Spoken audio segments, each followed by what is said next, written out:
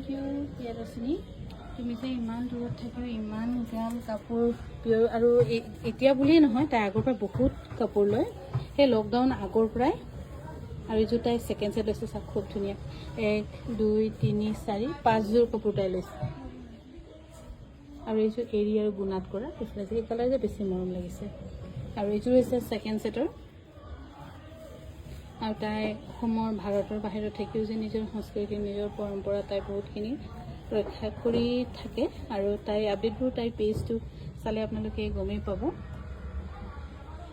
আৰু এইটো গোটেইখিনি আমি এতিয়া পঠিয়াব লাগিব আমেৰিকালৈ, কিন্তু আমি ডাইৰেক্ট পঠিয়াব নালাগে, আমাক এড্ৰেছ দিয়ে তাত পঠিয়াই দিব লাগে। তাৰ পৰা কৰেছপণ্ডেঞ্চ কুৰিয়াৰসকলে লৈ যায়। আৰু যিকেইযোৰ কাপোৰ লৈছে তাই খুব ধুনীয়া কাপোৰ লৈছে।